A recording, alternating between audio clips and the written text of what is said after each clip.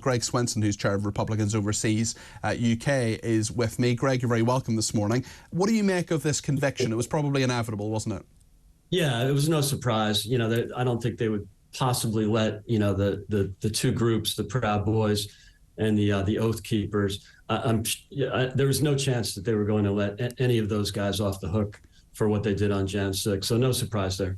I know there are 1,100 people arrested on Capitol riot charges. Donald Trump has promised to pardon most or all of the rioters if he's re-elected president in 2024. Do you think that's the right decision? Some people will say, hold on a second, these people broke the law. They were rioting, people died in that riot.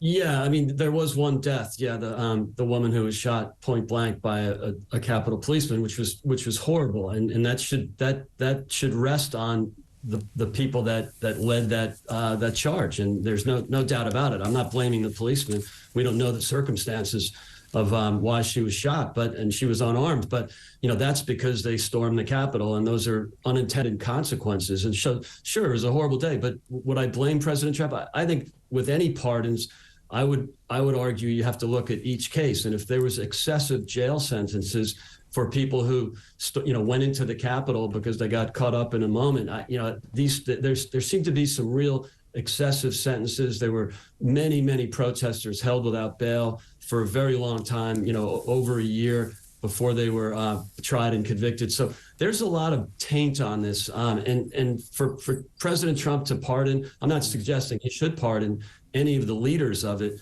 but perhaps some of the followers that made a mistake clearly and were not behaving properly. But there seems to be some really two-tiered justice here, and I think and you have to look at the context. We often try to emphasize. Okay, Greg, thank you. Greg Swenson there, chairman of Republicans Overseas.